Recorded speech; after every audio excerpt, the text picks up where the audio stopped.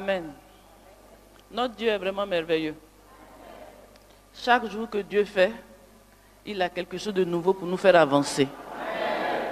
Et encore ce dimanche, nous sommes présents devant sa face. Nous savons que si nous sommes présents, nous ne pouvons pas repartir le même. Donc nous sommes venus pour être impactés, pour être transformés, pour pouvoir régner. Gloire à Jésus.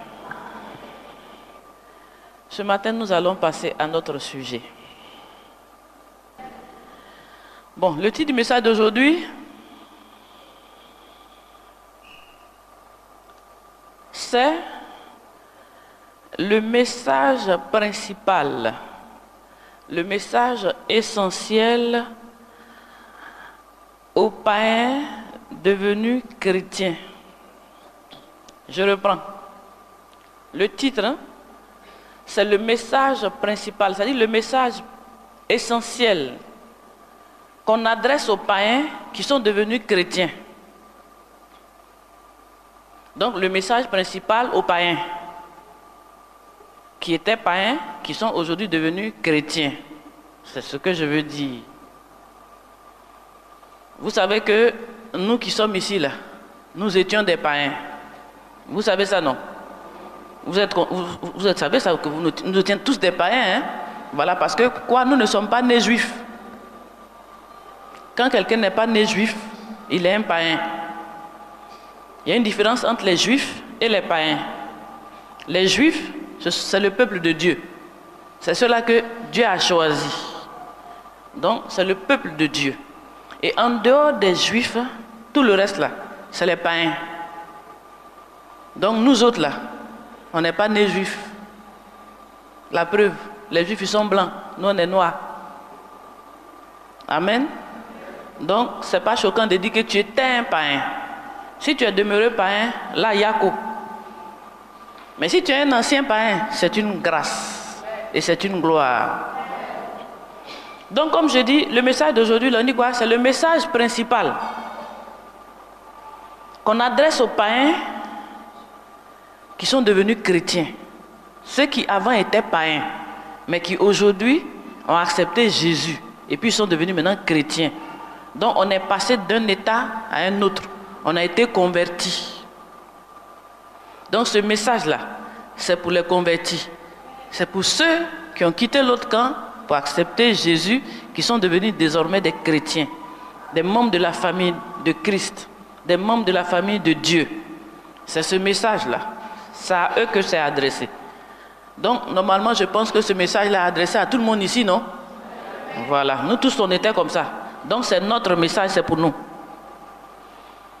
On va lire Acte 15, 5, Acte 21, 25, Acte 15, 19 à 20. Donc il y a un message principal dans la Bible qui est réservé aux païens devenus chrétiens. Il y a un message principal. C'est ce que nous allons essayer de comprendre aujourd'hui. Quel est ce message qui est adressé aux anciens païens? Amen. On va lire Acte 15, 5, le premier verset. Alors quelques-uns du parti des pharisiens qui avaient cru se levèrent en disant qu'il fallait circoncire les païens et exiger l'observation de la loi de Moïse. Amen. Amen. Vous savez que les Juifs, eux, ils observaient la loi de Moïse, n'est-ce pas? Donc, quand il y a eu des païens qui se sont convertis, quand Dieu a permis à la famille de Corneille d'être convertie, donc il y a eu des païens maintenant qui sont rentrés dans la famille juive, alors les Juifs se sont levés, ils ont dit non, il faudrait qu'on demande à ces païens-là, à eux aussi, d'observer la loi de Moïse. Vous connaissez la loi de Moïse, la loi de l'Ancien Testament. Voilà, toute la loi de Moïse. Parce que eux, les Juifs, ils observent la loi de Moïse. C'est ce que Dieu leur a donné. Donc, ils se sont levés et dit, bon, maintenant que les païens sont venus parmi nous, on va aussi leur demander d'observer la loi de Moïse. Voilà un peu la discussion qu'il y a eu en ce temps-là. On continue la lecture. Acte 21, 25. À l'égard des païens qui ont cru, nous avons décidé et nous leur avons écrit qu'ils eussent à s'abstenir des viandes sacrifiées aux idoles, du sang, des animaux étouffés et de l'impudicité. Amen. Amen. Donc, quand il y a eu la discussion, il y a eu les échanges, il y a eu la réunion en question, quand ils ont fini, vous pouvez lire, vous allez voir qu'à la fin, ils ont dit quoi? À l'égard des païens, n'est-ce pas, qui se sont convertis, voilà ce que nous leur demandons. Ce n'est pas compliqué. Ils ont dit non, ce n'est pas la peine de mettre sur eux toutes les charges de la loi de Moïse. On dit à l'égard des païens qui sont venus là, on va leur demander simplement des petites choses. Et combien de choses on leur a demandé? On y va? S'abstenir des viandes sacrifiées aux idoles, du sang, des animaux étouffés et de l'impudicité. Amen. Donc on a énuméré tout ce qu'on leur demande. S'abstenir des viandes sacrifiées aux idoles, du sang, des viandes étouffées, et puis quoi encore? De l'impudicité. Ok, on continue, acte 15, 19 à 20.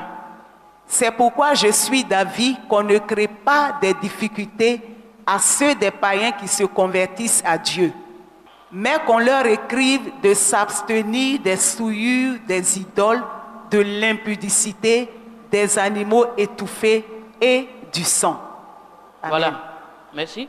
Donc on dit à l'égard des païens qui se sont convertis, on ne veut pas qu'on leur crée trop de problèmes. La loi de Moïse dit ceci, tu ne mangeras pas cela, tu ne dormiras pas ici à gauche, tu feras ceci. On dit tout ça là. Les païens, eux, ils sont arrivés là. Ce n'est pas la peine de les fatiguer. N'est-ce pas? On leur demande des petites choses. À l'égard des païens qui se sont convertis là, voilà ce que l'Esprit dit. Donc, s'abstenir des souillures des idoles, de l'impudicité, des viandes étouffées et du sang. Voilà ce qu'on leur demande. Donc aujourd'hui, quoi je dis? Le message adressé aux païens qui se sont convertis. C'est de ça que nous allons voir. Parce qu'on prêche beaucoup de messages, mais il y a un message essentiel. Il y a un message essentiel destiné aux païens convertis. Et ça, on ne doit pas manquer l'essentiel. Parce que c'est pour ça qu'ils se sont réunis et ils ont pris des décisions. On dit les païens qui sont venus là, eux, il y a quelque chose qu'on doit leur demander d'arrêter de faire. C'est tout simple. Parce qu'eux, on les connaît. On connaît leurs pratiques, on connaît leur vie, on sait comment ils sont arrivés. Donc pour eux là, la chose essentielle qu'on doit couper, enlever dans leur vie là, c'est les souillures des idoles, c'est l'impudicité. Et puis les viandes sacrifiées et le sang. Voilà ce qu'on demande aux païens. Donc en introduction, déjà on est dans l'introduction, hein? Voilà. Ce qu'on va demander déjà, que le message s'adresse aux païens. Vous êtes d'accord, non? Quand on a lu là, le message c'est pas pour les juifs. Le message c'est pour les païens convertis. Ce message dont on parle aujourd'hui là, c'est pour les païens convertis. Parce qu'il y a des païens qui ne sont pas encore convertis. Vous êtes d'accord avec moi? C'est pour ça que nous évangélisons tous les jours. Parce qu'il y a encore des païens qui n'ont pas encore accepté Jésus. Eux, ils ne sont pas encore convertis. Donc eux, ils ont une autre manière de vivre, une autre manière de faire. Mais nous, les païens convertis, on nous demande de nous comporter maintenant comme ça. Si vraiment nous sommes des païens réellement convertis, si nous avons accepté de quitter le monde des païens et venir dans le monde chrétien, voilà ce qu'on nous demande de faire. C'est simple. Donc ce message s'adresse aux païens convertis, c'est-à-dire aux chrétiens de maintenant. Amen. Nous n'étions pas des chrétiens, nous étions païens. On a vu, pour ceux qui écoutent Béni TV, il y a un message où j'ai dit quoi? Que Christ, la religion chrétienne est une religion importée. Si vous avez déjà écouté ça, c'est-à-dire que nous, quand on est né là, on ne connaissait pas l'affaire de Jésus. Ton grand-père, même peut-être arrière-grand-père, il ne connaît pas l'affaire de Jésus. Quand il rentre dans la chambre, il a son nyangbo, ou son baye, ou son gbegbe, je ne sais pas quel nom il y a chez toi dans ton village. Mais quand ils veulent l'adorer là, ils ont leur nom, ils ont leur Dieu. Nous autres, on a pratiqué même avec nos parents. Jusqu'à ce qu'on soit en contact avec Jésus, on adorait des dieux. On avait notre manière d'adorer. On faisait des sacrifices à nos dieux. On pratiquait notre religion là autrement, jusqu'à ce qu'on entende Jésus. Donc Jésus est une religion importée. C'est venu avec la colonisation. Ça n'était pas ici avant. Donc, ce n'est pas quelque chose que nous, on connaît. C'est des gens qui ont envoyé ça ici. Et c'est venu au travers, puis c'est venu avec la Bible.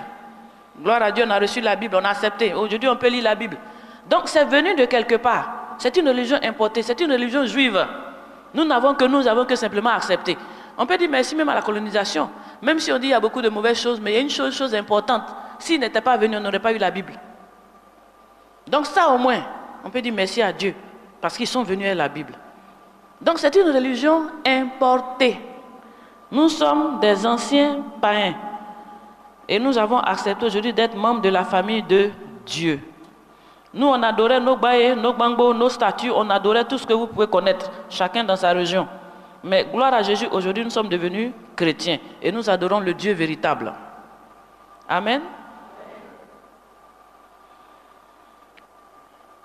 On va relire encore. On va voir en détail ce qu'on nous demande de pratiquer. Acte 15, verset 20. Mais Oui. qu'on leur écrive de s'abstenir des souillures des idoles, de l'impudicité, des animaux étouffés et du sang. Voilà. Donc, voilà les éléments qu'on nous demande. Parce qu'il faut connaître. Hein? On dit maintenant que tu es chrétien, tu ne dois plus faire certaines choses, mais voilà ce que tu dois faire. Mais ce que tu dois faire, il faut qu'on t'explique. Sinon, peut-être depuis tu pratiques la religion chrétienne, la même ça, ça n'y est même pas dans tes calculs. Tu te dis, tu es devenu chrétien, tu es converti. Mais ce qu'on dit de faire essentiellement là, toi-même tu ne calcules même pas ça. Tu passes à côté, tu sautes dans les autres choses, tu fais tout. Mais ça, l'essentiel là, tu n'as même pas parlé de ça encore. Donc il faut qu'on en parle, pour qu'on sache réellement, en fait, nous les païens devenus chrétiens là, qu'est-ce que vraiment on nous demande? C'est tout. Le reste là, c'est bon, ça vient après. Mais l'essentiel, c'est ça. Donc il a dit quoi? De s'abstenir des souillures des idoles, de l'impudicité, des viandes sacrifiées et du sang. Donc aujourd'hui, je disais comme ça la dernière fois que quand on parle de sacrifier, de s'abstenir du sang et des viandes étouffées, on dit que l'homme ne peut donner que ce qu'il a. Moi, franchement, le sang et les viandes étouffées, là, je n'ai pas trop fait ça. Donc, c'est difficile pour moi de vous parler de ça. Mais vous, dans vos religions, là, qui a étouffé des animaux, tué, enfin, pris du sang? Enfin, moi, je n'ai jamais bu du sang. Hein. Donc, ça existe. Hein? Si on dit d'arrêter ça, c'est qu'il y en a qui ont fait ça. On dit maintenant, là, de s'abstenir. On dit de s'abstenir quoi? Des viandes étouffées et du sang. N'est-ce pas? Ça fait partie des éléments qu'on doit bannir de notre style d'adoration. Donc, quelqu'un peut me dire un peu ce qu'il pense des viandes étouffées et du sang, parce que s'il y en a qui continuent de faire ça ici, il faut qu'ils sachent de quoi on parle, pour qu'ils arrêtent. Moi, je ne pourrais pas vous parler de ça, mais les deux autres qui viennent là, je peux vous expliquer parce que j'ai fait aussi. Amen. L'homme ne peut donner que ce qu'il a. Ce que moi j'ai fait aussi là, et puis j'ai arrêté, je peux vous parler de ça. Mais ce que je n'ai pas fait, bon, je demande à quelqu'un ici, vous savez ce que c'est que les viandes étouffées, le sang? Bon, le sang, hein, de s'abstenir, on sait qu'il y en a il y a certaines pratiques où on boit le sang, non? Il y a certaines pratiques où on boit le sang, non? Vous avez entendu parler? Oui, j'ai entendu parler. Oui, dans certaines adorations, ils boivent du sang. Surtout à un certain niveau de puissance là, c'est le sang qui parle. Là-bas, on boit le sang. Le sang de quoi? Humain. Voilà. Il y a certaines pratiques où même on boit du sang humain. C'est pour ça que vous voyez des fois les sacrifices à gauche, à droite là. On a besoin du sang. Vous entendez ça, non? Oui, des sacrifices humains, on a besoin du sang. Donc il y a certaines pratiques où les païens qui ne sont pas encore devenus chrétiens, ils utilisent le sang. Mais on nous dit d'arrêter ça. Maintenant, les viandes étouffées. Qui a déjà pratiqué une cérémonie avec les viandes étouffées? On dit d'arrêter ça aussi. Bon, la dernière fois, dans l'autre église à Biamé, quelqu'un m'a dit que oui, lui il pense que, parce qu'avant, quand on faisait les sacrifices, vous avez les poulets là, il paraît qu'on coupe un peu, mais on ne coupe pas tout. Donc il n'est pas encore mort, il a le temps de sauter jusqu'à mourir. Lui il pense que peut-être que c'est cette pratique-là qu'on dit de ne pas étouffer. C'est ce qu'il a dit. Mais moi je ne sais pas très bien. Qu'est-ce que vous en pensez? Les viandes étouffées. On dit de ne pas étouffer les viandes dans votre pratique, dans votre adoration.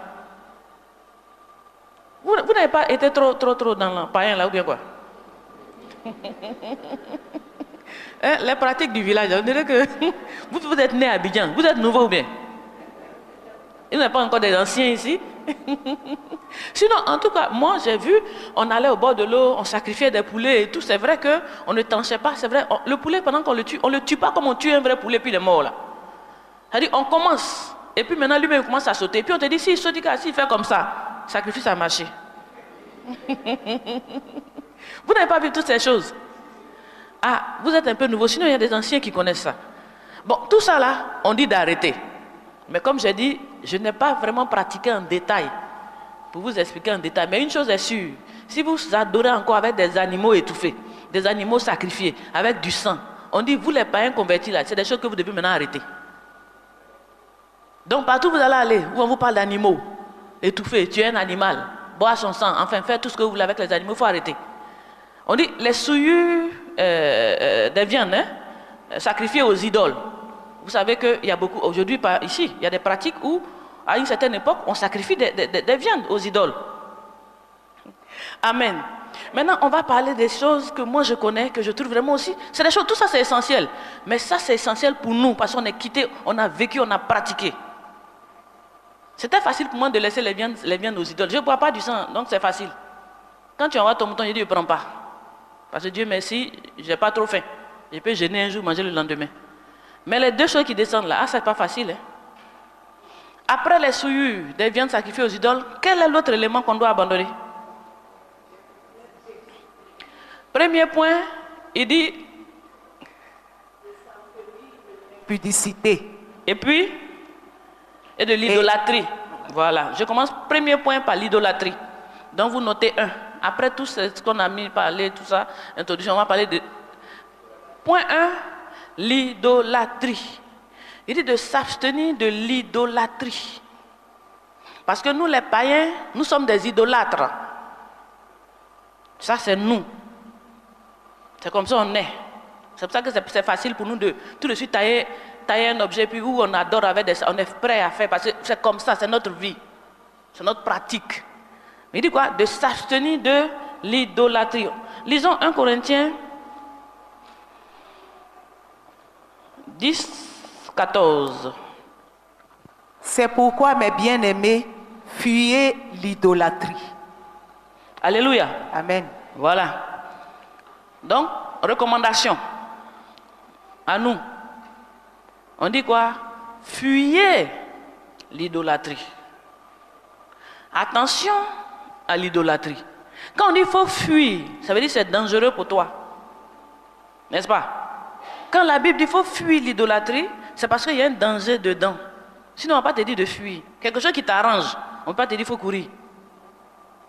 Il dit fuyez l'idolâtrie. Mais bien aimé, vous que le Seigneur aime, fuyez l'idolâtrie. On dit de s'abstenir de l'idolâtrie. C'est-à-dire, vous les païens, devenus chrétiens, il y a une chose que vous devez enlever, c'est l'idolâtrie. Il faut fuir, c'est trop dangereux. Il n'a pas dit même de laisser. Il dit de courir. Si tu vois l'idolâtrie là, il faut courir, il faut dégager. Tellement c'est dangereux pour nous. Il dit fuyez l'idolâtrie. Donc cela nous amène maintenant à comprendre ce que c'est que l'idolâtrie. Parce que des fois les mots de la Bible, on entend les mots comme ça. L'idolâtrie c'est un mot tellement joli qu'on peut entendre sans savoir exactement ce que ça veut dire. On va essayer de comprendre. Dans le dictionnaire biblique, c'est pas compliqué. Quand tu étudies la Bible, prends le dictionnaire. Il y a un dictionnaire biblique. On explique tout dedans, on te dit, on définit les thèmes. Donc dans le dictionnaire biblique, moi je n'ai fait que lire simplement. On a dit quoi? C'est une adoration d'un autre Dieu, autre que le Dieu véritable. Vous connaissez le Dieu véritable? On l'adore au travers de Jésus. Donc une adoration autre que le Dieu véritable est une idolâtrie. Donc si tu adores quoi? Les noms qu'on connaît là. Baye, Bango, il y en a tellement. Artémis, Bouddha, il y a beaucoup de dieux. Hein? Il n'y a pas que pour l'Afrique seulement, hein? Il y a aussi pour l'international, pour l'Europe. Il y a aussi pour les hindous. On dit l'hindou c'est au pays aux 10 000 dieux. Là-bas, là même, chacun même a pour lui. C'est facile. Tu veux quelque chose, un dieu, tu crées un dieu, tu mets une chaussure, tu dessines, paf, tu commences à adorer, un esprit vient se mettre dedans, allez, c'est parti, tu as des bénédictions. Ces bénédictions, tu cherches, non? Tous les démons donnent ça. Donc ça, c'est facile. Donc il dit, adorer un autre nom, autre que le Dieu véritable, c'est de l'idolâtrie. C'est la définition de l'idolâtrie. Hein? Donc aussi, adorer le Dieu vivant. Parce que tu peux adorer un autre Dieu. Mais tu peux aussi être en train de dire que tu adores le Dieu vivant. Mais adorer le Dieu vivant au travers de statues, c'est de l'idolâtrie. Donc adorer le Dieu vivant sous forme d'images taillées. C'est-à-dire ces images taillées là sont des idoles. Donc toi qui fais ça là, tu es un idolâtre. Et c'est de l'idolâtrie. Qu'est-ce qu'on peut dire? Adorer le Dieu vivant. On adore le Dieu vivant par l'intermédiaire de Jésus. Vous êtes tous d'accord? Aujourd'hui, c'est Jésus qui est notre Dieu. Donc, adorer le Dieu vivant. Parce que lui, il est un Dieu qui vit. Un Dieu mort et ressuscité. Un Dieu qui vit. Il n'est pas un Dieu mort simplement, mais il vit. Donc, adorer ce Dieu vivant-là, par l'intermédiaire des images taillées, ce sont des idoles. Par l'intermédiaire des idoles. Ce genre de pratique-là, on appelle ça l'idolâtrie, selon le dictionnaire biblique. Donc, qu'est-ce que je veux dire aujourd'hui? Par exemple, tu as une statue de Jésus. C'est une image, n'est-ce pas? Statue de Jésus, là, c'est une image taillée ou bien c'est pas une image taillée? Hein? Voilà. Donc, si toi, tu adores Jésus par l'intermédiaire d'images taillées, toi, on t'appelle un idolâtre. Et il dit, fuyez l'idolâtrie. Abandonnez l'idolâtrie. Ne faites plus ça. Parce que vous êtes maintenant des chrétiens. Moi, je suis parti en Israël, j'ai demandé aux Juifs. Parce qu'en Israël, les images taillées, c'est rempli là-bas. C'est paradoxal. En Israël même, au pays de Jésus, il y a plein d'images. Ceux qui vont là, ils s'en vont même acheter d'autres, en joli pour venir. Ceux qui voyagent, font pèlerinage en Israël, quand vous allez voir, souvent, d'autres achètent de grosses croix. Parce qu'il y a tout là-bas. C'est-à-dire, tout le monde est là-bas. Mais il y a une race choisie aussi là-bas. Voilà. Là-bas, il y a des soi-disant chrétiens, mais qui adorent Dieu avec les images taillées. Donc, adorer Dieu au travers d'images taillées, c'est être idolâtre, c'est de l'idolâtrie. On va comprendre tout à l'heure. Donc, adorer Dieu par l'intermédiaire d'idoles, c'est de l'idolâtrie. Donc, c'est quoi une idole? On va essayer de comprendre pas à pas. C'est quoi une idole? Parce qu'aujourd'hui, on se dit chrétien. On est vraiment zélé. On vient de la maison de Dieu, on est content. Mais quand on regarde au dehors, on a pris notre grosse croix idole, c'est notre cou ici. Ou bien c'est accroché dans nos oreilles. Et puis on appelle ça Jésus. Tu es un idolâtre. Parce que ton Jésus pour toi c'est un bois. Ton Jésus pour toi tu l'as représenté en forme de statue. Ça s'appelle de l'idolâtrie. Il dit de fuir, il dit de quitter, de laisser ça. C'est bon, on avait fait ça avant. On aime même ça. C'est-à-dire quand on voit ça même, on sent plus que Dieu à côté de nous. Malheureusement, ça s'appelle de l'idolâtrie. Il dit que c'est des choses qu'on doit abandonner. Donc, l'idole, lisons ce que c'est qu'une idole. C'est-à-dire la Bible explique tout. C'est pas fait de non, ça c'est pas idole. Non, pour toi là c'est idole. C'est une discussion. Image taillée, c'est image taillée. Non, lui là ça c'est idole, mais ça là c'est pas idole. On va voir ce que la Bible dit. 1 Roi 15, 11 à 13. On va essayer de définir ce que c'est qu'une idole, selon ce que la Bible nous dit. Asa fit ce qui est droit aux yeux de l'Éternel comme David son père. Il ôta du pays les prostituées et il fit disparaître toutes les idoles que ses pères avaient faites. Verset 13. Et même il enlevant la dignité de reine à Maaka sa mère, parce qu'elle avait fait une idole pour Astarté. Asa abattit son idole et la brûla au torrent de Cédron. Amen. Amen. Donc voilà un roi juif, à une certaine époque, lui qui est venu, il a ramassé tout ce qui est statue de Dieu. Il a débarrassé la ville de toutes ces statues de Dieu. Et on dit qu'il a bien fait. C'est ce que Dieu veut. Donc lui, il a tout ramassé, il a tout jeté, il a tout brûlé. Jusqu'à même sa propre mère. Il lui a enlevé la dignité de reine parce que quoi? Sa mère adorait un dieu qu'on appelle Astarté. Et en tant qu'adoratrice d'Astarté, elle avait fait fabriquer une image pour adorer Astarté. Puisque Astarté, tu ne vois pas. Donc, pour être sûr que tu es en contact avec Astarté, madame s'est taillée une image, elle a déposé, et ça, c'est son idole pour adorer Astarté. Son fils a pris, l'a jeté, l'a brûlé. Donc, les dieux, là, se font représenter par des idoles pour être adorés. Ce n'est pas une pratique nouvelle. Depuis le temps de combien de milliers d'années avant Jésus, voilà que cette femme qui adorait Astarté, elle s'est créée une image taillée, elle a déposé, c'est par là-bas, elle passe pour adorer Astarté. Je dis quoi, ce n'est pas une pratique nouvelle, ça existe. Pensez à un Dieu qu'il existe, et puis faire son image pour le voir. Ça s'appelle de l'idolâtrie. Lisons Deutéronome 4, 15 à 18. On entend de comprendre ce que c'est qu'une idole. On dit fuyez l'idolâtrie. Et pour pouvoir fuir, il faut reconnaître, il faut comprendre, il faut identifier la chose pour pouvoir laisser. C'est ce qu'on essaie de faire. On y va. Deutéronome 4, Deutéronome 15 à 4, 18. verset 15. Puisque vous n'avez vu aucune figure le jour où l'Éternel vous parla du milieu du feu à Horeb, veillez attentivement sur vos âmes. Verset 16. De peur que vous ne vous corrompiez et que vous ne vous fassiez une image taillée, une représentation de quelque idole, la figure d'un homme ou d'une femme. Verset 17. La figure d'un animal qui soit sur la terre, la figure d'un oiseau qui vole dans les cieux. Verset 18. La figure d'une bête qui rampe sur le sol, la figure d'un poisson qui vit dans les eaux au-dessous de la terre. Amen. Amen. Donc, ce qui nous intéresse ici pour aujourd'hui, bon, c'est vrai que les idoles, il y en a qui font des images taillées en représentation de poissons, ou alors le veau d'or. Ça, c'était un bélier. Vous vous rappelez le veau d'or? Voilà, c'était un bélier, n'est-ce pas? On représente le veau d'or. On dit, bon, Dieu va, c'est par là, on va contacter pour que Dieu nous parle. Quand Moïse est monté sur la montagne, les gens ont fait rapidement un veau d'or.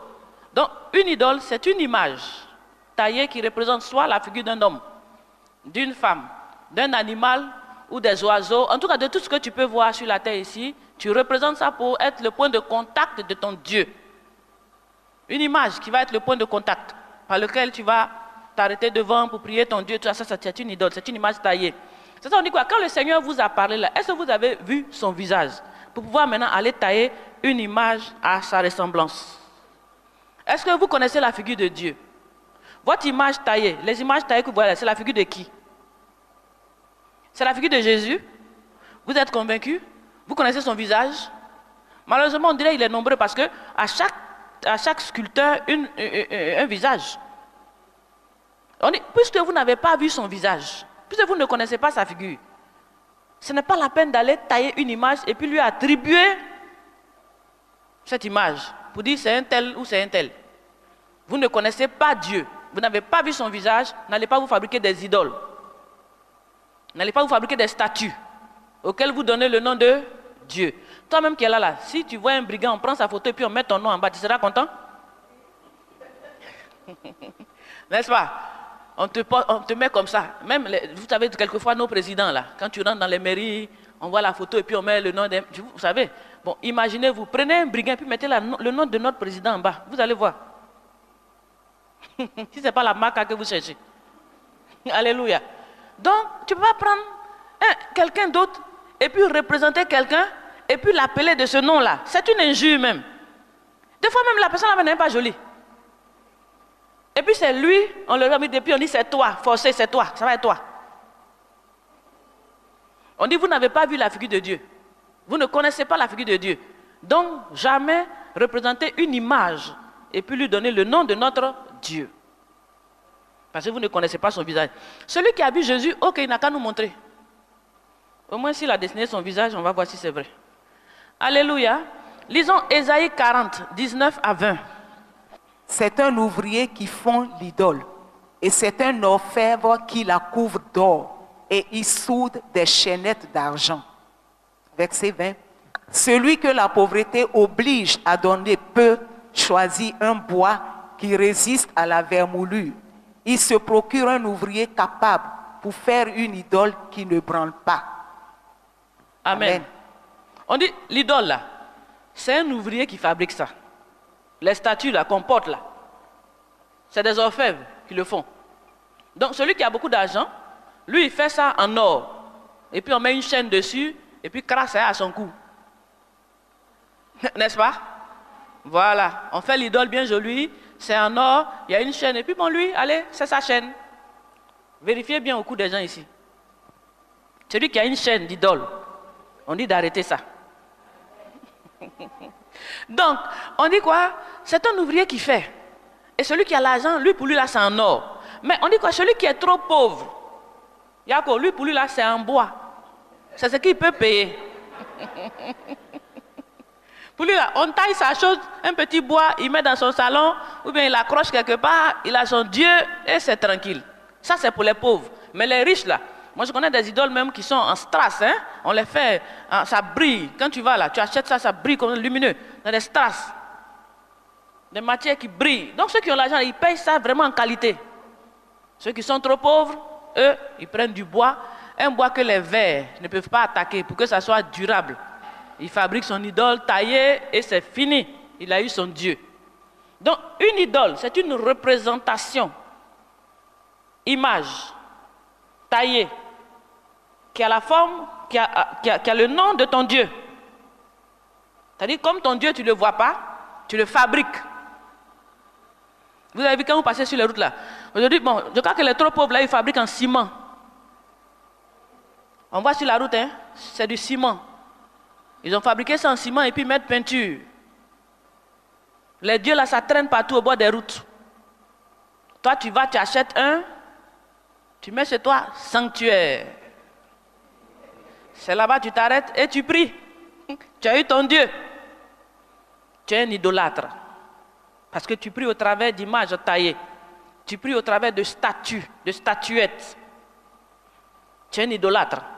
Et le Seigneur dit quoi? Nous, païens, devenus chrétiens, on ne doit plus être dans ça. C'est-à-dire, il doit y avoir une différence entre notre manière d'adorer et la manière d'adorer des païens. C'est des choses qu'on a laissées. On ne peut plus rentrer dedans. Moi, aujourd'hui, je trouve qu'il y a des chrétiens, même chrétiens, qui se disent chrétiens, qui ont des chaînes, qui ont même quelquefois des statues accrochées dans leur maison. J'en ai vu. Ils ont encore des statues chez eux. Ils ont encore même accroché dans leur voiture pour les protéger.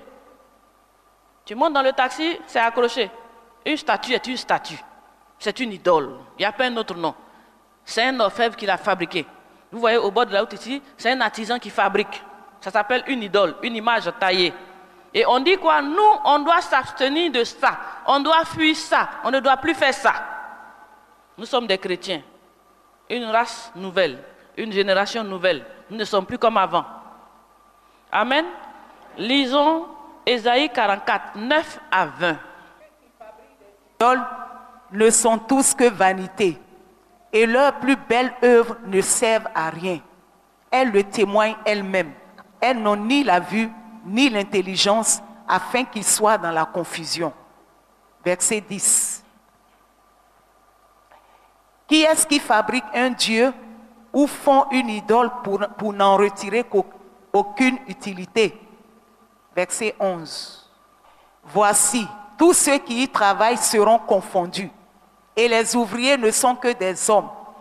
Qu'ils se réunissent tous, qu'ils se présentent, et tous ensemble, ils seront tremblants et couverts de honte. Verset 12. Le forgeron fait une hache, il travaille avec le charbon, et il façonne à coups de marteau. Il la forge d'un bras vigoureux. Mais a-t-il faim? Le voilà sans force. Ne boit-il pas d'eau? Le voilà épuisé. Verset 13. Le charpentier étend le cordeau, fait un tracé au crayon, façonne le bois avec un couteau et marque ses dimensions avec le compas. Et il produit une figure d'homme, une belle forme humaine pour qu'elle habite dans une maison. Verset 14. Il se coupe des cèdres, il prend des rouvres et des chênes et fait un choix parmi les arbres de la forêt.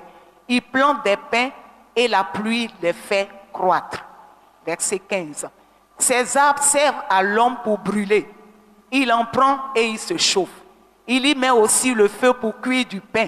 Et il en fait également un Dieu qu'il adore. Il en fait une idole devant laquelle il se prosterne. Verset 16. Il brûle au feu la moitié de son bois. Avec cette moitié, il cuit de la viande. Il apprête un rôti et se rassasie. Il se chauffe aussi et dit, « Ah ah, je me chauffe, je vois la flamme. » Verset 17. Et avec le reste, il fait un Dieu, son idole. Il se prosterne devant elle. Il adore, il invoque et s'écrie, « Sauve-moi, car tu es mon Dieu. » Verset 18. Ils n'ont ni intelligence, ni entendement, car on leur a fermé les yeux pour qu'ils ne voient point et le cœur pour qu'ils ne comprennent point. Verset 19.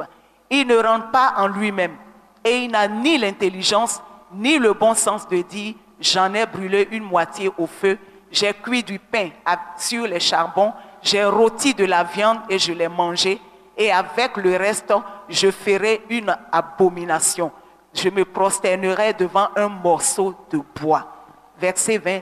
Il se répète de cendre, son cœur abusé l'égard, et il ne sauvera point son âme, et ne dira point, n'est-ce pas du mensonge que j'ai dans ma main? Amen. Amen.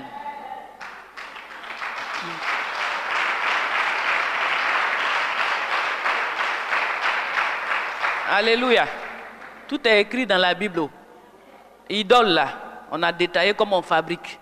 Toi, tu as un morceau de bois, on a fait une statue. Mais on te donne maintenant l'origine. On a planté dans la forêt. Le bois que toi tu as là, c'est un morceau de bois. Mais l'autre morceau a servi à cuire des aliments, n'est-ce pas? À brûler, à mettre... L'autre morceau en tout cas a servi à faire autre chose. Maintenant, une partie de ce bois-là, on prend en taille. Toi, tu prends ça, tu mets quelque part, tu dis, voici mon Dieu. Mais tu es insensé. C'est ce qu'on a décrit là. Moi, je fais que j'ai résumé un peu. N'est-ce pas? On dit, vous êtes insensé. Tu peux pas penser que le bois là, qu'on prend pour brûler, on prend pour mettre le feu, on prend pour fabriquer le feu pour manger. C'est ce bois là, toi tu prends, on fabrique un Dieu et puis tu te prosternes devant pour adorer. Tu es insensé. Là, tu ne réfléchis pas. Tu ne vas pas plus loin. Tu vois le bois, tu vois l'idole, toi tu es là pour adorer. La statuette de ciment là, l'autre partie on prend pour construire les maisons, le ciment. Le sable, on prend pour construire une maison. On prend du sable, du ciment. Une partie construite et l'autre partie on fabrique une idole, tu mets quelque part, voilà mon sanctuaire, tu te mets devant, tu pries. Tu es insensé. C'est la Bible qui a dit. Vous êtes d'accord quand on a lu là, non? Voilà. Moi je fais que essayer de résumer parce que c'est un peu long. Donc je résume. Mais sinon, lisez bien. Vous allez comprendre. Votre idole qui est dans leur main ou qui est dans... Idole que vous voyez là, ce n'est pas Dieu qui a lancé ça du ciel. Les statues que vous voyez partout en ville, qui servent d'objet d'adoration, ce n'est pas tombé du ciel. Tout ce que vous voyez comme image taillée, que ce soit en or, en ciment, en bois, c'est du matériel qu'on prend, soit on construit, soit on brûle au feu, soit on fait autre chose avec. Et le reste, une partie, on prend, on fabrique un Dieu. Et toi, tu mets ça dans ta maison, tu dis sanctuaire, tu vas t'arrêter devant, tu pries. Il y a sanctuaire, même quand tu vas sur la route d'Aliopougon ici, il y a sanctuaire, là, c'est bien grand. N'est-ce pas? Là, l'idole même est en pleine vue, là. Une belle statue. On dit quoi? On la sculpte. Quand le sculpteur est fort, là, il trace, il dessine, et il te sort une statue. Belle statue. Dans mon village, avant, on appelait les ababas. Vous qui étiez dans... Oui, on appelle ababa. Quand on te dit ababa, c'est une statue, en tout cas, bien dessinée, bien taillée, à l'image des femmes africaines. Avec un postérieur bien... Vraiment, elles sont jolies.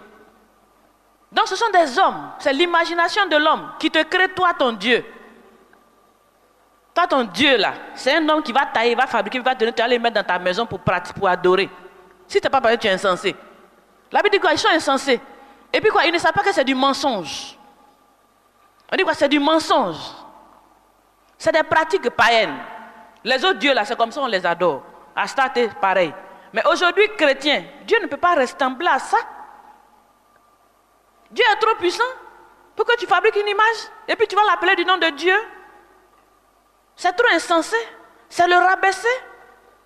Je dis encore quoi? Il dit quoi? On dit qu'elle ne voit même pas. Ces images au début, on dit quoi? Elle ne voit pas, elle n'entend pas. Donc toi, Dieu te fait joli, tu vois, tu entends. Quand toi, tu veux le fabriquer, lui n'entend pas. Ça, c'est pas la méchanceté?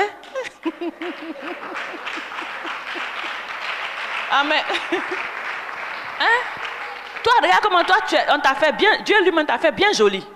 Tu bouges, tu entends, tu marches, tu ris. Maintenant, quand lui, tu le fais là, tu le déposes bas. Quand il y a danger, c'est toi, tu le soulèves et puis tu cours à lui. Idole. Dieu fabriqué. Image taillée.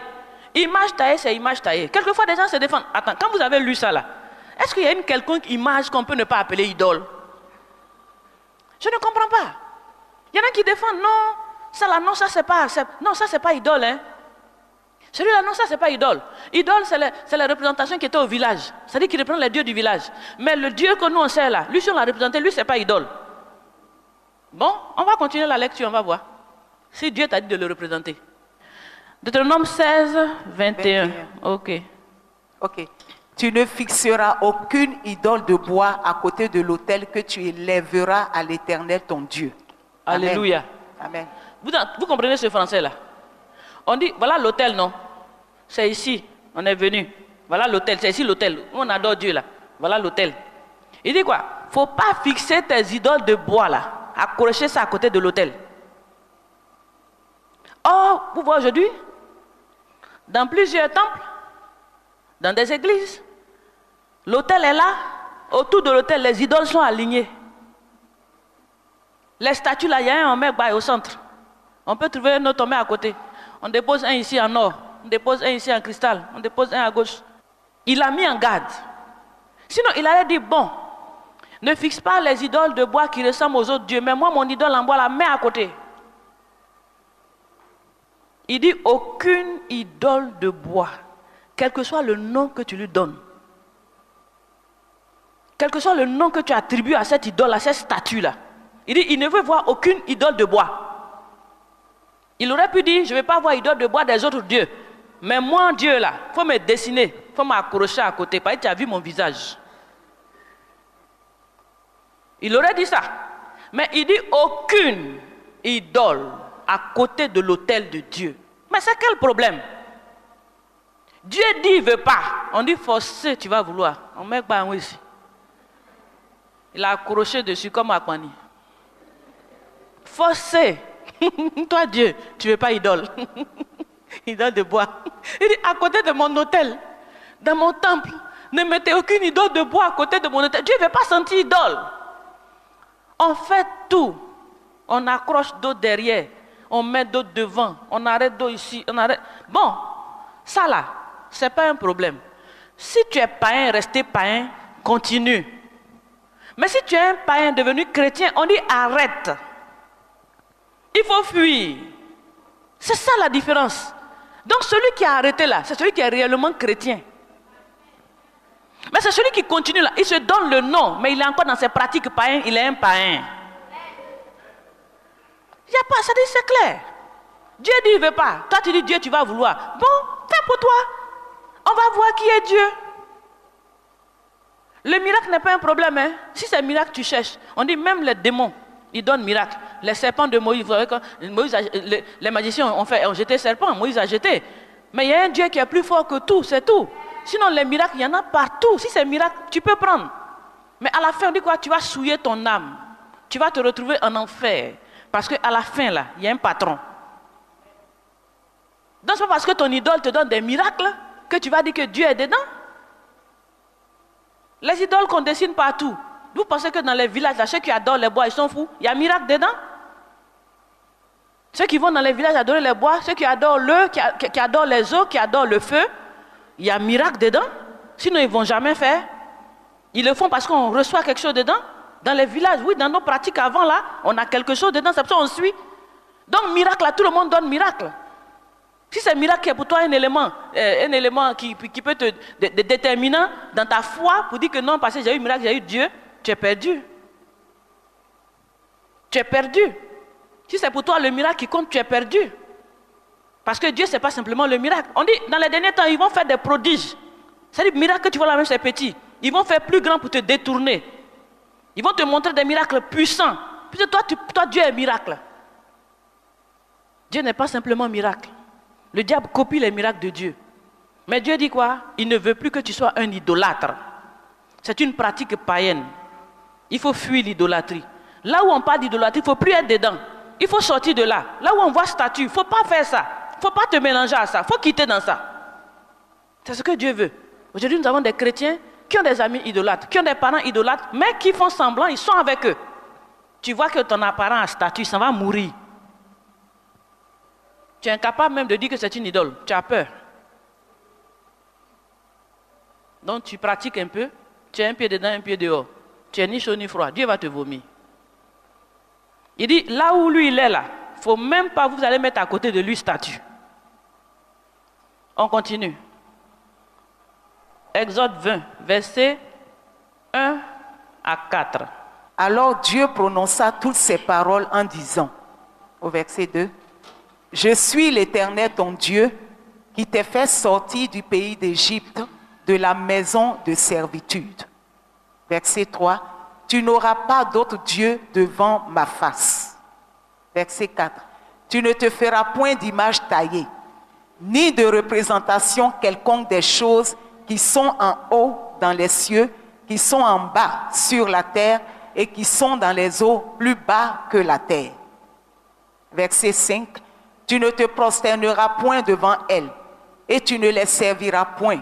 Car moi, l'Éternel, ton Dieu, je suis un Dieu jaloux qui punit l'iniquité des pères sur les enfants jusqu'à la 3e et la 4e génération de ceux qui me haïssent. Amen. Amen. Donc il dit quoi? Je suis l'Éternel, ton Dieu. Tu ne te feras point d'image taillée. Point d'image taillée. Ça veut dire quoi? Tu ne te feras point d'image taillée. Qu'est-ce qu'il veut dire? Le point là veut dire quoi? Jamais. Vous avez entendu ça, non? Il dit tu ne feras point, ça veut dire tu ne te feras jamais d'image taillée. Jamais, jamais. Parce que moi je suis l'Éternel ton Dieu. Donc jamais tu ne dois te faire une image taillée. Il allait dire, bon, moi je suis l'Éternel ton Dieu, n'est-ce pas? Tu ne pourras pas faire d'image taillée des autres dieux, mais pour moi là, il faut faire. Il n'a pas dit ça. Il dit point. Jamais. Il n'a pas mis son image taillée à lui là comme une exception. Pour qu'aujourd'hui il y ait des images taillées et qu'on attribue ça à notre Dieu. Il n'a pas dit ça. Il a dit, je suis l'Éternel. Tu ne te feras jamais d'image taillée. Vous entendez ça là comment? On comprend ça là comment? C'est écrit. Des chrétiens aujourd'hui se retrouvent dans certaines assemblées. Non, on est venu aussi adorer ici. Tu es ici, tu es là-bas. Tu es avec les idolâtres. Tu peux être dans le groupe des idolâtres simplement parce que tu dois les évangéliser, tu dois leur parler. Mais allez pratiquer avec eux. Allez et puis font prière, vous tous vous dites Amen. C'est-à-dire que tu ne connais pas ton identité. Tu ne sais pas qui tu es. Tu pratiques avec tout le monde. Partisan du diable. Il dit tu ne te feras point d'image taillée. La suite dit quoi? Ni de représentation quelconque. Le mot est là, hein? Il dit ni de... C'est-à-dire aucune représentation. Ni de représentation quelconque. Dans quelconque là, imagine. Imagine. Il dit quelconque. Quel que soit ce que tu peux imaginer dans les cieux, sur la terre, sous la terre. Quelconque. Même si c'est image de femme, image de garçon, image de quoi. Il dit veut pas. Ce qu'on appelle l'image taillée là. Dieu dit, il ne veut pas ça. Et ça, c'est dans les commandements de Dieu. Les 10 commandements, son premier commandement. Il dit, je suis l'Éternel ton Dieu. Pardon. On va te demander pardon. Enlever les images jetées. Dieu n'est pas dans ça. Si tu as image, j'espère qu'ici, il n'y a pas d'image. En tout cas, si tu as image taillée chez toi, que tu lui as donné le nom de Jésus, mais je ne sais pas quel nom. Le Dieu que tu pries là, le Dieu que tu adores, il dit, il ne veut pas voir une image. N'importe quelle image, quelconque image, jamais, jamais, jamais, tu dois faire ça. Il dit de sortir dans ça, il faut quitter dedans. Parce que toi, en tant que païen, tu faisais, maintenant tu es chrétien, chrétien ne fait plus ça. Chrétien, né de Dieu, né de nouveau, membre de la famille de Christ, il ne fait plus ça. C'est des choses que vous devez connaître. Parce que quand tu ne connais pas, tu peux tomber. Mais quand tu connais au moins, tu es averti. Il y a des conséquences graves. Il y a des conséquences graves. Quand Dieu dit fuir quelque chose, il sait pourquoi. L'idolâtrie. On dit fuyer l'idolâtrie. Si tu connais quelqu'un qui est idolâtre, un idolâtre, c'est quelqu'un qui prie un Dieu au travers d'une image taillée, fabriquée, tout ce que tu peux imaginer, en or, en quoi que ce soit, en bois, en statue, tout ça. Ce sont des idolâtres. Aujourd'hui, tu as connu qu'en tant que chrétien, païen converti, on dit quoi? Voilà ce que tu dois laisser. On est d'accord?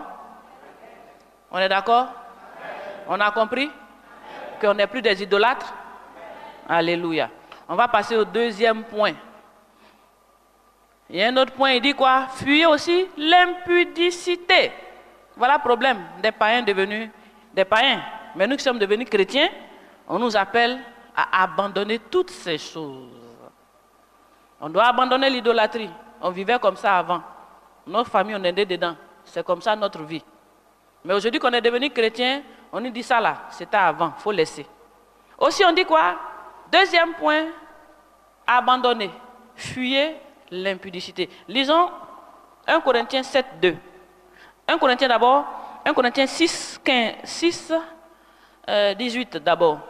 Avant le 7, 2. 1 Corinthiens 6, 18 d'abord. 1 Corinthiens 6, 18. Fuyez l'impudicité. Quelque autre péché qu'un homme commette, ce péché est hors du corps. Mais celui qui se livre à l'impudicité pêche contre son propre corps. Alléluia. Amen. Donc voilà notre point. Il dit quoi? Fuyez l'impudicité. Les païens que nous étions, on avait une vie impudique. On était des impudiques.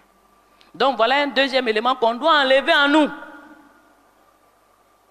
On doit nous débarrasser de ça. On doit laisser ça. Il dit fuyez l'impudicité. Tout ça, je dis quoi? Si on ne t'a pas éduqué là-dessus, toi tu ne sais pas. Donc tu peux être dedans sans connaître, alors que tu es devenu un chrétien. Et c'est des choses que tu dois laisser. Lisons, on va chercher à comprendre ce que c'est que l'impudicité. Des fois les mots là, je dis, ils sont jolis, mais on ne comprend pas. Lisons 1 Corinthiens 7, 2. Toutefois, pour éviter l'impudicité, que chacun ait sa femme et que chaque femme ait son mari. Alléluia. Amen. Donc, un autre point à abandonner. Il nous a dit d'abandonner l'idolâtrie. Deuxième point, il dit quoi? Fuyez aussi l'impudicité. Donc, on va essayer de comprendre ce que c'est que l'impudicité. Dans ce passage, il dit quoi? Toutefois, pour éviter l'impudicité, que chacun ait sa propre femme. Ça veut dire l'impudicité, c'est quoi? Bon, quand vous allez lire un peu plus loin, on parle de relations sexuelles dans ce passage-là. On parle de relations sexuelles. Donc, il dit quoi? En matière de relations sexuelles, pour éviter l'impudicité, il faut avoir ta propre femme. Là, il n'y a pas de problème dedans. Donc, l'impudicité, c'est quoi? Ce sont des relations sexuelles hors mariage. C'est-à-dire, avoir une relation sexuelle avec quelqu'un, si ce n'est pas ta femme, vous n'êtes pas marié. On appelle ça impudicité. C'est le mot. On est d'accord? Il dit toutefois, pour éviter l'impudicité, que chacun ait sa propre femme. Là, il n'y a pas palabre dedans. C'est pour toi, tu as pris, tu as marié, c'est pour toi. On dit quoi? Que la femme ne se refuse pas à son mari, que l'homme, c'est pour vous, vous faites ce que vous voulez. Alléluia. Donc, pour éviter l'impudicité, que chacun ait sa propre femme, que tu sois marié. Donc, impudicité, c'est relation sexuelle hors mariage. Dans ça, là, on va citer.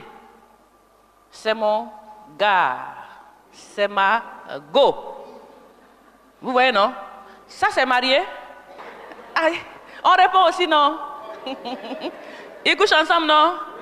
Gars et puis go, là. Ils couchent ensemble, non? Et puis, c'est marié? Voilà. Donc, c'est relation sexuelle hors mariage. Donc, c'est quoi? C'est impudicité. C'est deux impudiques. Voilà. C'est un autre terme plus précis, fornication. Mais c'est des impudiques, en général. Donc, dans les impudiques, il y a les fornicateurs. Ça dit ça, c'est dans la jeunesse. Donc, go et gars, on vous appelle des impudiques. On vous identifie dans la Bible comme des impudiques.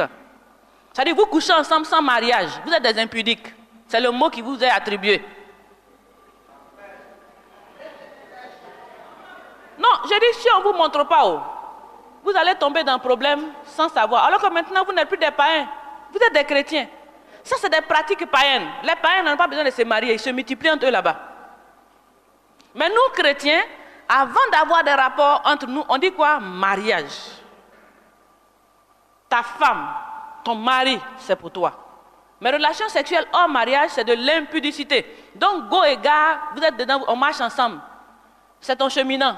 Il paraît qu'il y a le cheminant aussi. C'est un mot qui existe, non? Dans les églises même, c'est grave. Ça, c'est dans l'église. Ils appellent la cheminante et le cheminant, ils couchent ensemble. Oui, cheminant et cheminante, ils couchent ensemble. Ils marchent ensemble devant les pasteurs, on ne les voit pas, après ils se retrouvent quelque part. Les cheminants et les cheminantes, c'est des impudiques. Vous faites de l'impudicité. Parce que vous avez des relations sexuelles hors mariage. Et vous avez votre conséquence. Hein. Quand Dieu dit fuyez quelque chose, là, il sait ce qu'il a mis dedans. Hein. Dieu dit fuyez l'impudicité, arrêtez ça. On ne vous a pas dit, vous êtes quitté là, vous voulez être chrétien, c'est pas ça. C'est vous qui avez choisi de venir à Dieu. Sinon, les bangolas sont encore là, les bails sont là-bas.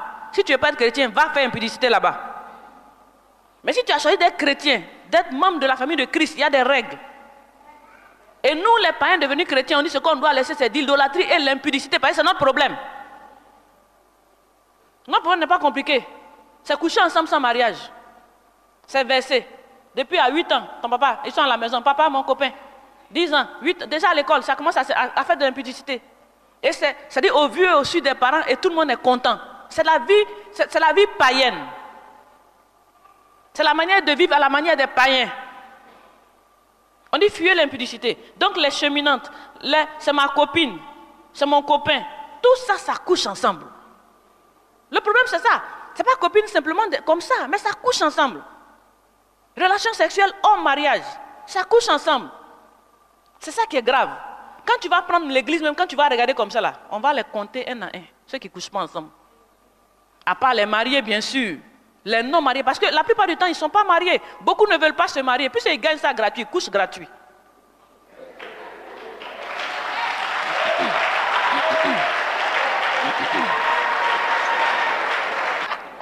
Non, je ne suis pas prêt à me marier.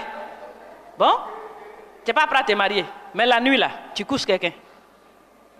Attends, quand tu seras prêt à te marier, tu vas coucher. Toi, tu n'es pas prêt à te marier, mais tu es prêt à coucher. Tu es un impudique. Et ne favorisez pas l'impudicité, vous les femmes. Arrêtez ça. Celui qui n'est pas prêt à se marier, attendez quand il sera prêt à se marier avant de vous donner. Ne soyez pas impudique avec lui. Ils sont plusieurs comme ça. Non, on n'est pas encore prêt à se marier. Bon, alors fermez les fermetures.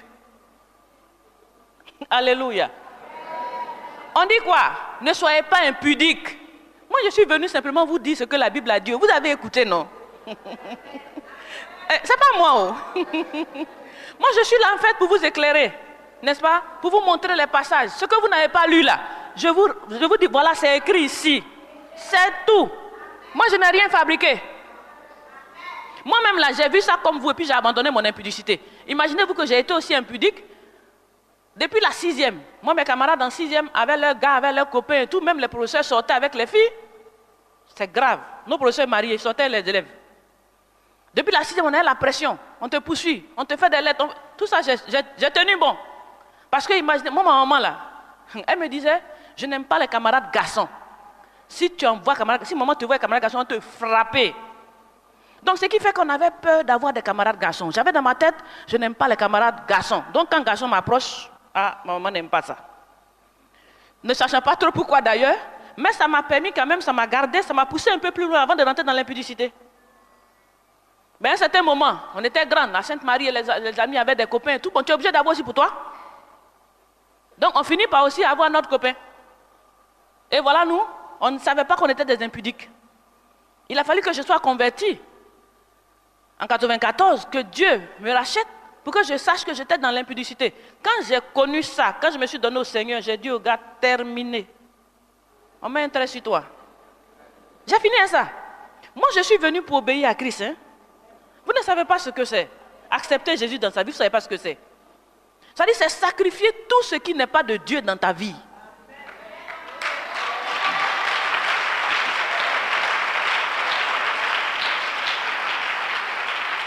C'est ça. Voilà, je vais reprendre encore. Oui, accepter Jésus dans sa vie, là, c'est ça. Mais toi, tu dis que tu as accepté Jésus. Et puis tu vis dans l'impudicité. C'est quel Jésus? Non, Jésus n'est pas impudique. Hein? Non, Jésus ne se cache pas pour coucher les filles dans le secret. Il n'est pas comme ça. Avec Jésus, on ne se cache pas dans le secret pour coucher les gens. Si tu es vraiment garçon, là, montre-nous. Oui, nous, on vient de l'hôtel, pasteur. Il faut venir nous dire. On vient de coucher ensemble, on n'est pas mariés. Il faut venir nous dire. Mais vous savez très bien que ce n'est pas bon, vous cachez. Parce que ce n'est pas bon, donc vous vous cachez pour faire ça. Bon, vous pouvez vous cacher aux yeux du pasteur, mais devant Dieu, vous êtes des impudiques. Et vous allez finir dans le camp des impudiques, c'est-à-dire en enfer. Vous allez être brûlés. C'est ce que ça veut dire. À la fin, vous allez voir. Dieu va vous brûler. C'est pas moi, j'ai dit. Oh.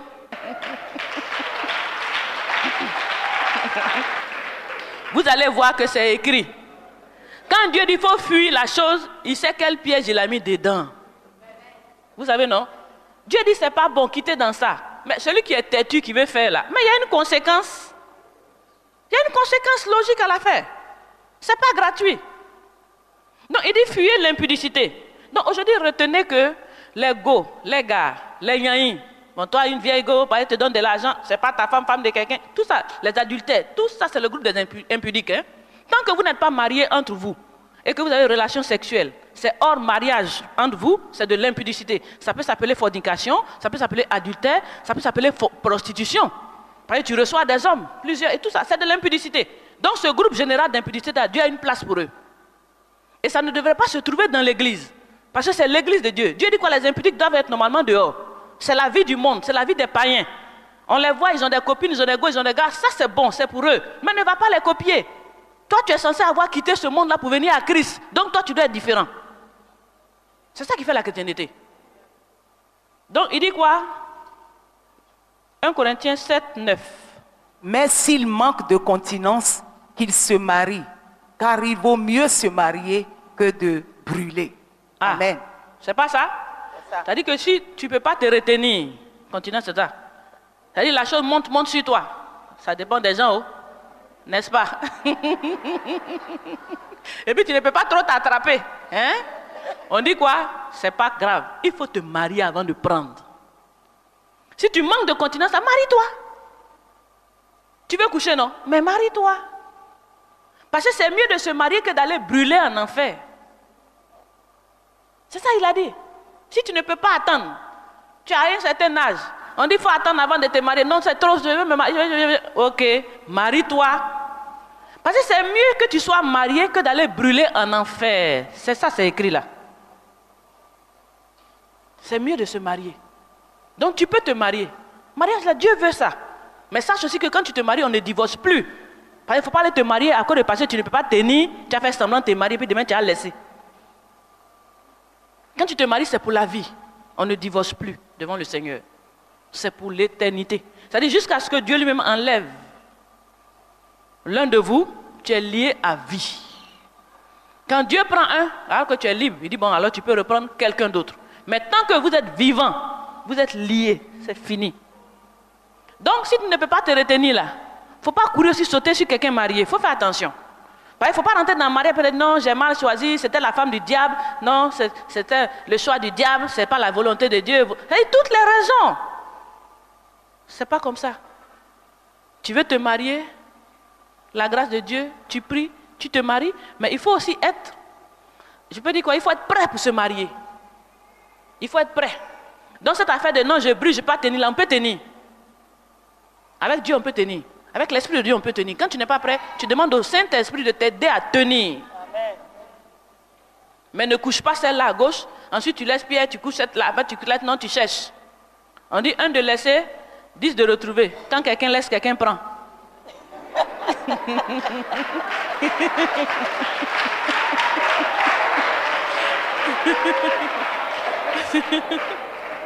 Quand quelqu'un laisse, quelqu'un prend. Donc toi, tu es un jouet. Hein? Elle l'a laissé. L'autre vient, il laisse et puis on prend, on laisse, on prend. C'est quelle vie ça? C'est la vie des impudiques. Voilà. C'est la vie du monde. C'est la vie des impudiques. Donc non, un a laissé, d'autres va prendre. Très bien. Tu vas finir en enfer. C'est la vie des impudiques. Lisons 1 Thessaloniciens 4, 3. Ce que Dieu veut, c'est votre sanctification. C'est que vous vous absteniez de l'impudicité. C'est pas clair? Voilà, non? Ce que Dieu lui veut là, c'est votre sanctification. C'est que vous vous absteniez, vous arrêtez de faire des relations sexuelles au mariage. Vous vous abstenez de l'impudicité. Il ne veut pas vous voir être des impudiques. Si tu es dans cette maison-là, que tu as un copain, après ce message-là, il faut prendre une décision.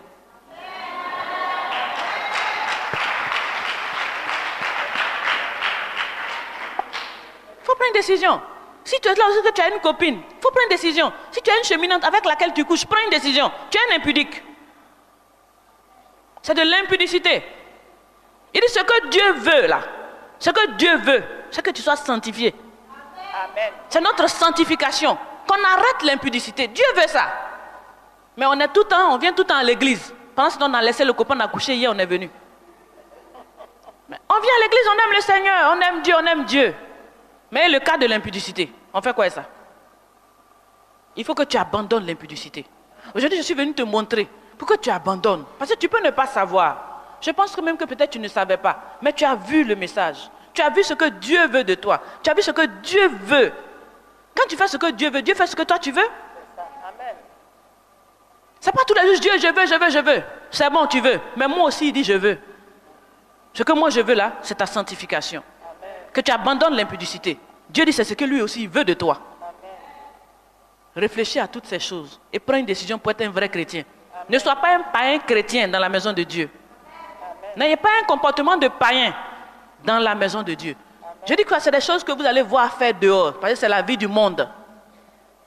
Nous sommes différents. Amen. Vous êtes la race élue. Vous êtes le peuple de Dieu. Amen. Vous êtes différents. Vous marchez différemment. Et sur vous, le monde doit copier. C'est sur vous que le monde doit copier. Mais aujourd'hui, l'église est comme le monde. Tu vas, ton camarade est païen, il a copine. Toi, tu es chrétien, tu as aussi copine. Et vous allez ensemble au maquis. Vous êtes deux païens. Ce n'est pas chrétien. Chrétien, ce n'est pas un mot dans la bouche. C'est une vie, c'est une pratique. Amen. C'est une nature. La nature de Christ. C'est la vie de Dieu en nous, manifestée. C'est ça le chrétien. Ce n'est pas un nom. Ce n'est pas un titre. Ce n'est pas un titre. C'est ta vie qui nous demande si tu es chrétien ou pas. Ce n'est pas le titre que tu ramasses. Il dit quoi? Fuyez l'impudicité. Le titre du message, c'est quoi? Le message, on a lu, le message qu'on adresse aux païens qui sont devenus chrétiens. C'est ça la Bible a dit. C'est ce qu'on a lu. Donc ce message-là, c'est ça qu'on est en train de vous détailler. C'est-à-dire ce qu'on veut maintenant d'un païen devenu chrétien, c'est ça qu'on est en train de détailler. Donc retenez-le. Si vous êtes vraiment des païens qui êtes aujourd'hui devenus des chrétiens, voilà le message qu'on doit vous dire. Les autres viennent après. Mais l'essentiel, c'est abandonner l'idolâtrie et abandonner l'impudicité. En passant aussi par la viande sacrifiée aux idoles et tout ça. Alléluia. Amen. En conclusion, nous allons lire quelques passages.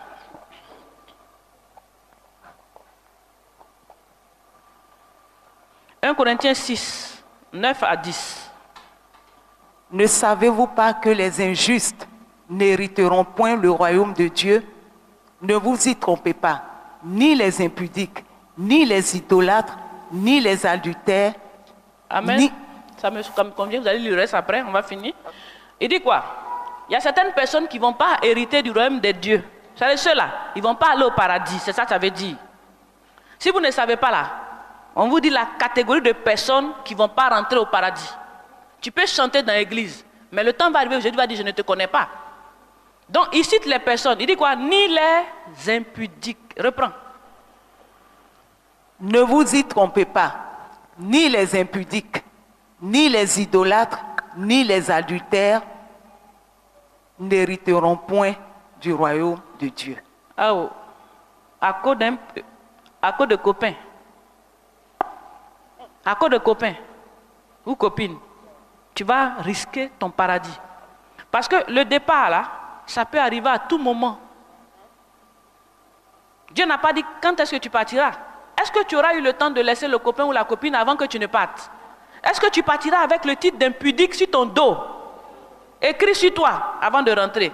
Si tu n'as pas eu le temps de quitter, d'abandonner, de changer, que la chose te surprend en impudicité, on dit quoi? Tu n'iras pas au ciel. Ni les impudiques, ni les idolâtres. Toi qui as ta grosse chaîne au cou, tu as tes statues entourées. Ok, mais sache que toi tu ne rentreras pas au ciel. Il n'y a pas place pour toi au paradis. C'est maintenant il faut décider. Il faut jeter ce qu'il y a à jeter, abandonner ce qu'il y a à abandonner et préparer une place au paradis. C'est ce que Dieu dit. Apocalypse 21, 8. Mais pour les lâches, les incrédules, les abominables, les meurtriers, les impudiques, les enchanteurs, les idolâtres et tous les menteurs, leur part sera dans les temps ardents de feu et de soufre, ce qui est la seconde mort. Alléluia. Amen.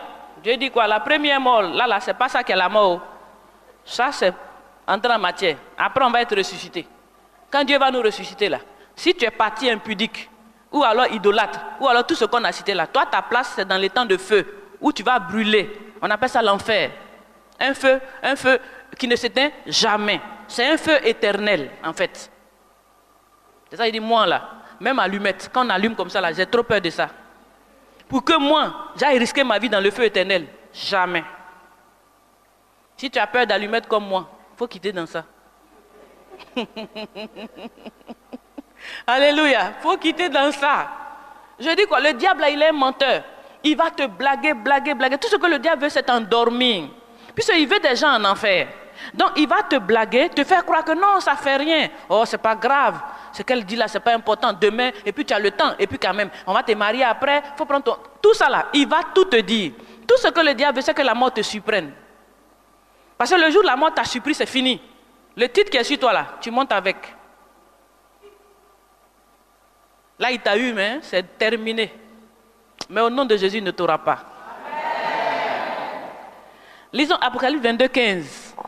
Dehors les chiens, les enchanteurs, les impudiques, les meurtriers, les idolâtres et quiconque aime et pratique le mensonge. Amen. Alléluia. Tout ça là, moi j'ai énuméré pour que vous voyez à la fin, hein, tous ceux qui ne vont pas rentrer chez Dieu. Et Dieu a classé les impudiques dedans avec les idolâtres et tout. C'est ce qu'on a vu aujourd'hui. Pour que tu sois conscient que si tu es encore dans ces choses, c'est le moment d'abandonner. Une chose est de ne pas savoir, mais une autre chose est de savoir et de persister. Là, pour toi, là, c'est gâté. Hein? Pour toi, là, ça, on ne peut pas faire autrement. Hein? Mais je crois qu'aujourd'hui, tu as entendu la vérité. Aujourd'hui, tu as vu la parole. Et c'est aujourd'hui le jour où tu dois abandonner toutes ces choses. C'est parce que le Seigneur t'aime. N'est-ce pas? Quand Dieu t'aime, là, il te sauve. Aujourd'hui, le Seigneur veut dire qu'il t'aime plus que toutes ces choses. Et il veut te voir auprès de lui au paradis. Donc, si tu es encore dans ces choses, c'est le moment d'abandonner. Parce qu'on ne sait pas le jour de son jour. Amen. Que Dieu vous bénisse. Que Dieu vous bénisse. Soyez bénis.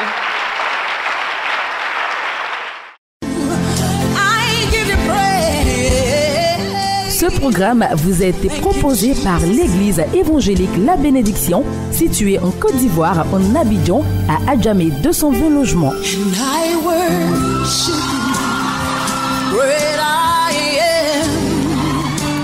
Vous avez été touché par ce message et désirez vous procurer les DVD. Contactez-nous au plus 225 40 15 89 32 04 42 15 55 www.labénédiction.com. Dieu vous bénisse.